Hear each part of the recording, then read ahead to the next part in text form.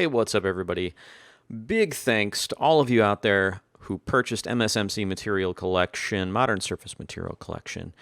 And in this video, I'm going to walk you through, give you a quick overview of the MSMC working in Octane. So a bit of a caveat first. So the Octane workflow is completely different from any other render that we support their workflow.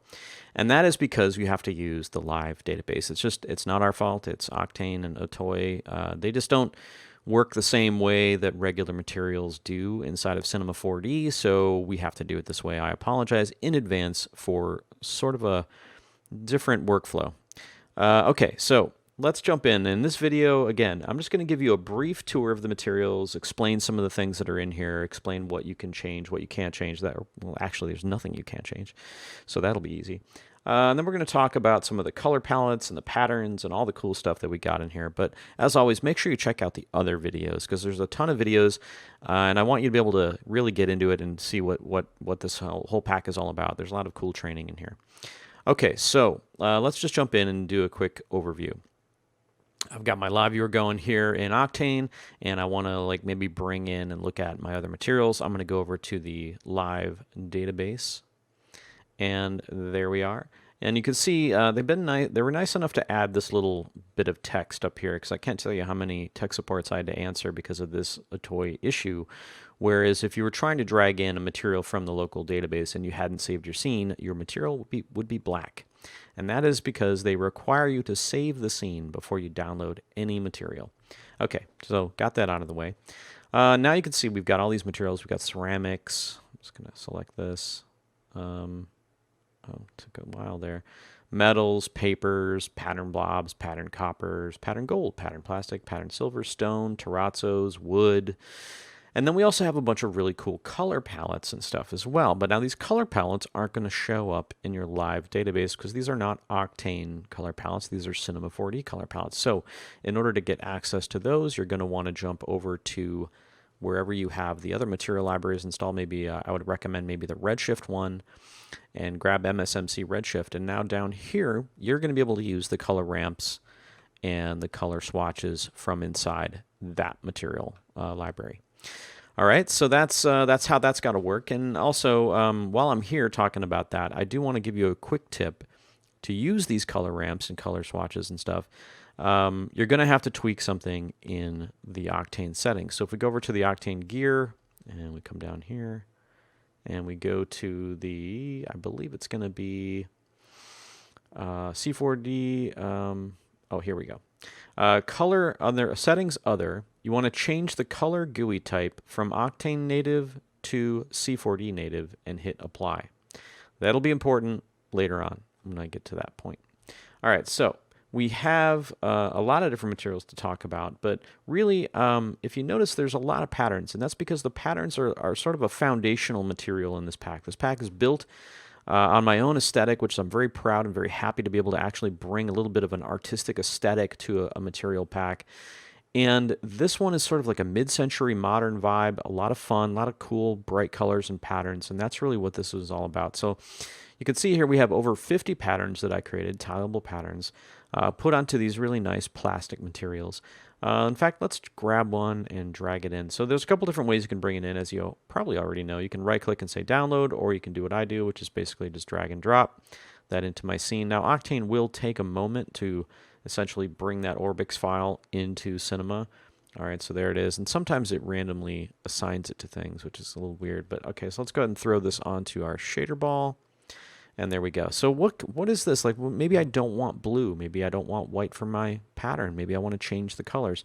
So you're going to notice that throughout MSMC, there are a lot of different things that you can change, that you can tweak yourself. And that's really a cool new feature of this material pack compared to everyday material collection. So if I open up the node editor on this, you're going to see that we have a lot of different things that we can change. In fact, we have an RGB spectrum for the plastic and we have an RGB spectrum for the pattern, which is great. Now you notice we're using the C4D color GUI, and that's because we want to be able to use our swatches. You don't have to use swatches. In fact, you could bring your own brand colors in here and do whatever the heck you want. In fact, let's just do that. We'll just tweak these colors to be whatever it is that, that we want really quickly here. Maybe we make that guy like a pink maybe. Let's go like a pink right in there. And then maybe we want the pattern color to be like a dark orange or maybe red. So you can really get crazy with it and do whatever you want. Have your own brand colors in here and have some fun. But getting back to the color palettes that we have, the swatches, I'm going to split this off here and make this quite a bit smaller. And this is kind of a cool way to use these colors. There's lots of different ways that you can use these swatches. In fact, I went ahead and created about, I think, over 50 different curated color palettes that I really thought worked well together to speed up your process. You don't have to use these palettes, but they are here for you to use and have fun and just like quickly bash out something that looks cool and has like a really nice color flow to it. All right, so how do we use these? We'll dive into our RGB spectrum for our plastic, and we're going to hit this little swatch icon right here. And right here we have the ability to load and save palettes, or we can just drag them right from our content browser. So if I were to grab maybe this pink, pretty in pink, grab that down here. Now all I have to do is double click a color, and that color is loaded. I can do the same thing for the plastic, or sorry, the pattern color as well. Maybe pull in one of these pinks. And maybe we want to change that one to there, and maybe this guy is going to be white. And you can see how quickly you can start to figure out what these colors are going to do for you in your scene. You can try different ones. Maybe grab a different palette and drag that in, double click that, and maybe this one is going to be yellow. So you can see how fast you can start to bash together these different color palettes across your scene. And I have other videos that show you some more advanced techniques using these color palettes as well. So, yeah, you can change things in this new material collection, which I'm really happy with. In fact, let's go ahead and shut this down and talk a little bit about some of the other ones that have editable features. So ceramic, for instance, let's go ahead and drag ceramic in. Again, this is going to take a moment to bring from our live database into our scene file. Okay, there it is. It, for whatever reason, decided to apply it to the ground. No idea why. All right, so let's just go ahead and replace that material. Let's throw that ceramic onto our shader ball. I'm going to get rid of these other ones. So this new material pack is pretty interesting because it's using some more advanced techniques. The everyday material collection was largely bitmap based, which meant that it was basically everything was baked into these bitmaps. And this one, we're excited to sort of get a little bit deeper into some of these nodes and some of these shading networks to bring you a little bit more freedom to change colors and do things that you want to do. In this case, we have an RGB spectrum here that's driving the color of our ceramic. Let's go ahead and make that a little darker. But we also have, if you notice, curvature happening. So the curvature is pulling the glaze into the center and like pulling it away from the edges. And we have videos explaining the ceramic material in depth, so I highly recommend checking that out. But yeah, we have dirt maps here. We also have a pretty unique thing. Let me see if I can pull it. When you bring it in from the live database, it definitely gets a little weird. All right, so you notice here we're also using some pretty advanced OSL stuff. So we have an OSL texture here that's essentially mimicking a layer node, like a layered texture, like Photoshop layers inside of Octane. And this is allowing us to essentially subtract and add these curvatures over our glaze color to give you that nice ceramic look. And again, all of these are explained in detail in the ceramic video. But yeah, I just wanted to let you know that there are a lot of different things that you can change in here. And hopefully you'll explore and play around and see what's in here and have a good time doing it. All right, so yeah, we touched on the color palettes, which you have to bring in from the content browser from the Redshift lib40 file. We also talked about the other videos that you should check out. Yeah, and that about does it. You know, we have a lot of really great materials in here. The terrazzos are great, the pattern colors and the pattern silvers, which are basically using the patterns to cut through to a bumpy gold or a bumpy copper. Really a lot of fun stuff. All right, well, that about does it for the overview for Octane. Hope you enjoyed this video, and I will see you in the next one. All right, so in this quick tip, I'm going to show you guys how to change the color of one of the MSMC materials that may not have the ability or a easy node to change the color. Don't worry, there are options. And this actually goes for the everyday material collection as well. If you've ever wondered, like, how do I easily change the color of a material? There's several different ways. There's actually a lot of different ways. I'm going to show you my favorite ways to do it, and you can sort of pick which one works best for you and use it in your workflow. Okay, so here we have one of the concretes. We've got concrete basic on our shader ball here. We want to change the color of this concrete. The easiest way to do that is just going to be to grab that base color image, and I'm using Arnold here, but you can do the same thing in Redshift. Okay, so with that selected, you're going to come over to the image attributes, and right down here, you're going to see a little fly down called multiply, and that's usually going to be defaulting to white. And what this is going to do is it's going to take whatever colors in the swatch and multiply it on top of your color, your base color. So let's go ahead and put a little bit of tint into this concrete. Maybe we want to make it a little bit pink, or maybe we want to just like move this around and make it green, or maybe we want to make it blue. Or maybe we want to make it purple and like bring the saturation really in there. So that's probably the easiest way to do it, to add a little bit of tint and color to your texture. Another way, and I don't really think that, you know, either way, either one of these methods is actually totally valid, but this next one's gonna give you a little bit more control. So I'm just gonna hit my command search, and we're going to look for a ramp, and we're going to grab a ramp RGB. Cool. And I'm just going to plug this base color right into this ramp RGB, into the main input. And then from there, we'll just replace that down into the color channel. There we go. So what this is doing is it's converting this RGB color into a ramp. So it's basically mapping the values of that RGB to this ramp. So now you can see I can easily start to clamp this. Just by moving these knots around, I can bring the black values way up. This is also handy for anywhere you want to have a real fine control over the texture and how it's sort of being displayed or being used maybe in one of the data channels. Okay, so we can do the same thing that we did to the other one, only this time maybe we want to add a couple different colors. Maybe we want to add, I don't know, this is going to look really freaky, but we're going to go ahead and do it anyway. And we'll throw blue, I guess, down in here. And what this is going to do is it's still mapping those values. So the very dark values of my texture are going to be blue, and the very white values are going to be red. But as you can see, most of the values in this concrete live somewhere down here. Well, that's no big deal. We can actually just, let me go ahead and drag. I forget how to like select. There we go. All right, so now I can actually just go like this. And we can start to like really clamp these values down. It's so weird and bizarre and probably nothing that you would want to use in production, but hey, here it is. And let's clamp this reds down so we can start to see it come into play. Oh yeah, there we go. So that's just yet another way to mess with the colors of MSMC materials that maybe don't have a color input. All right, so let's go ahead and I'm going to just leave that one there. Let's replug that in. We'll push this off to the side. Oops, what did I just do? All right, we're just going to plug this back into the color. Somehow my roughness got, okay, that's good. All right, good. Wait, is that right? Base color should not be going into roughness. Roughness should go into roughness. All right, somehow we got a little messed up there. Back on track. Okay, so another way to add color is going to be doing sort of exactly what we were doing inside of the base color node. We're going to use a multiply. Let's go ahead and pull that in. And we're going to use this as our input 2. And we're going to plug this right into our color.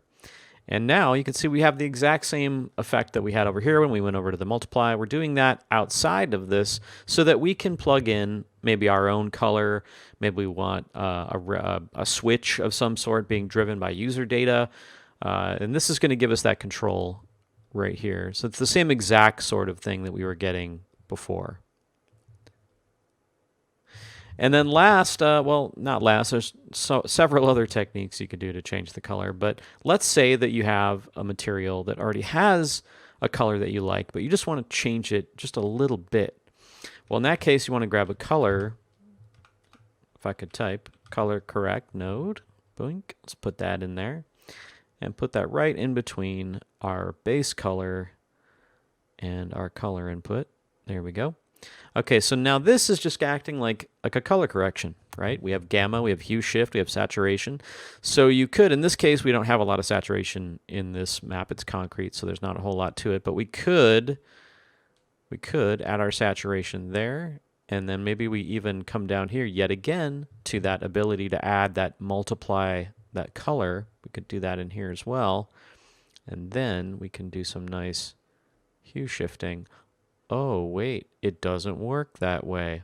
Well, that makes sense because all of this stuff is happening before this multiply color. So that's not going to make any difference to us at all. So this method is really useful when your map already has a color on it. So let's just actually plug in. Let's say this concrete is actually green, and we want to use the color correct node to fix that. So let's bring this back to default. Boom. All right. So now you can see we have the ability to hue shift it, increase the saturation. Maybe we want to even mess with the gamma a little bit to try to get the color exactly the way we want. Maybe a little bit of contrast, something like this. Get a nice pink concrete going. So that's just another way to get color, to be able to edit color from one of these base color images that maybe doesn't have that ability. So again, to recap, you can come into the actual base color image texture and use the multiply. You could pull it out into your own multiply and do it that way. You could also use a ramp, in which case you can have a lot of control over how colors are mapped onto these values. And you can use the color correct node, but just keep in mind that the multiply is going to be happening after the fact, not before all of this gamma hue shift stuff happens. So yeah, those are a couple different ways that I like to manipulate colors with MSMC materials and with EMC as well.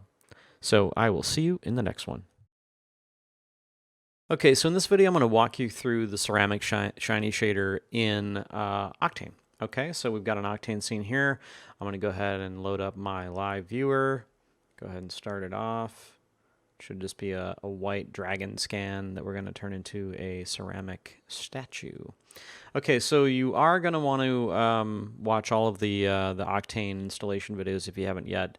But in order to access the MSMC materials in Octane, you're going to have to go to your live database. And a quick tip is that you're going to want to follow this direction right here. Please save the scene before downloading any material.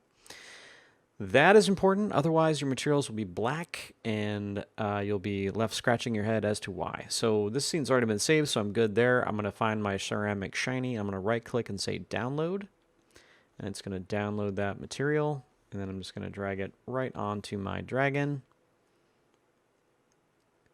and wait for it to process. Okay, there we go. All right, so we have a ceramic material here that you can see. We've got some interesting features. We've got the ability to change the glaze color in the crevices and in the areas that may pull away from the edges of the dragon, like in the chin piece here.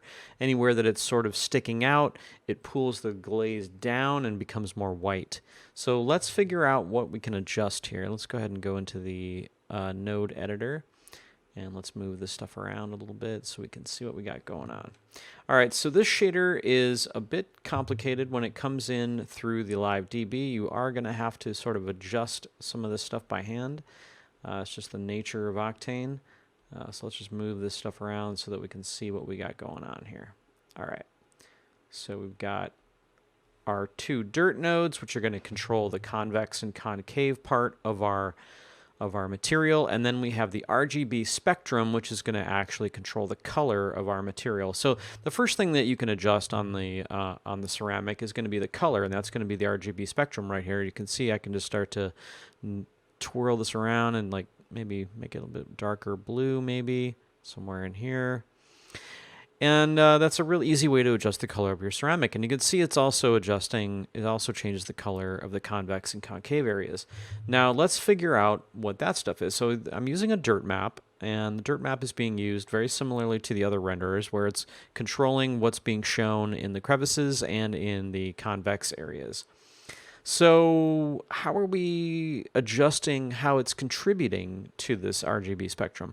Well, we're using one of the new OSL textures. In this case, we're doing sort of a hacky thing because there is no layer, node in Octane. We have to use OSL to create one. So we've created one here that you can use, and I believe that it's pretty similar to the other renderers. And the way that it works is pretty simple, actually. We've got our RGB spectrum here piping into text 1. And in text 2, we've got a dirt map. And the other text, we've got another dirt map. And then on top of that, we have some noise. And the noise is just there to like break up the texture a little bit. But you can see the mix 2 here. Let's just bring this all the way up. Is bringing in the dark color that is happening in the concave areas of our dragon.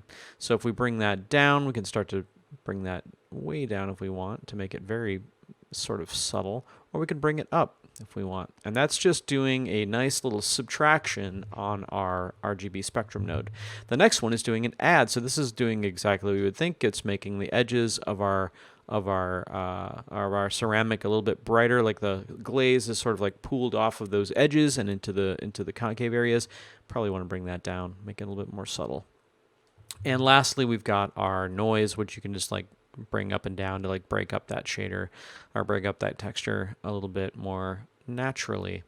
So yeah, so you can adjust the RGB spectrum to adjust the color of your ceramic, and then you can dive into the OSL network to adjust the individual contributions of the convex and concave curvature, aka dirt nodes. So yeah, that about wraps up how to control the MSMC ceramic shiny in Octane. Hope you enjoyed the video, and I will see you in the next one. Hey, what's up? In this video, I wanted to walk you through one of the metal materials in the Modern Surface Material Collection, and it is going to be the sparkled metals. You can see we have 3 sparkled metals. Let's actually look at this a little bit bigger here. So we have copper, silver, and gold. In this particular video, we are going to use the copper sparkly. And I'm using redshift here, but the same techniques is actually carry over into Arnold as well. Okay, so let's just bring this material in and dump it onto our shader ball here, and we'll wait for the IPR to kick in.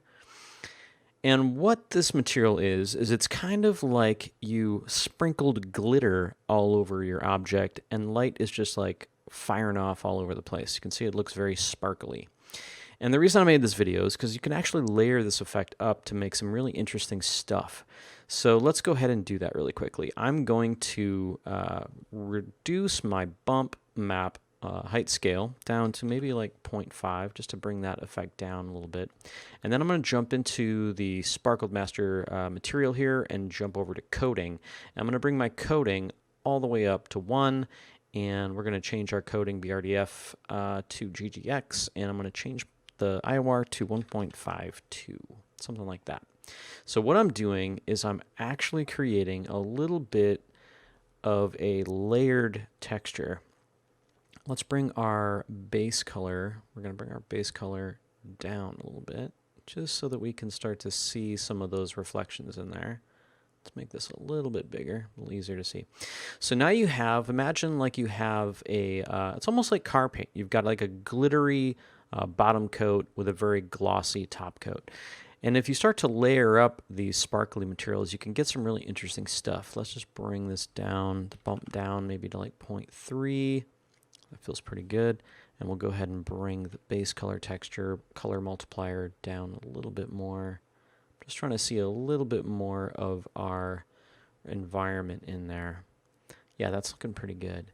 We could come in here and in the base properties tweak the reflection down, but I don't want to do that. I'm going to actually leave that, the metalness rather, through this. It's doing a pretty good job just by adjusting the color multiplier. If we bring this all the way down, you're going to see we get just a little bit of that color, that copper sparkle coming through. And we can just sort of adjust this to taste. That's pretty good. Something like that. Yeah, I'm vibing on that. Or you can go fully, crazy with it and turn it up really high, which in that case does that sort of a thing. And if we bring this all the way down to the bottom, and then we bring our bump map input and go to the height scale of maybe like a 1, that's going to make the entire thing more sparkly. And I probably want to do like a 0.4. Something like that. And now I can go back into, and it's really about just playing around. I just wanted you guys to see that you could play around with this stuff to make it do what you want it to do. Yeah, that's looking pretty good. I dig that. Let's make this a little bit bigger, a little easier to see. Yeah, so that is just one way to use the sparkly metallics. And of course, you can use it however you want. You can go crazy with it, do whatever the heck you want. But yeah, very interesting shader. All right, I will see you in the next one.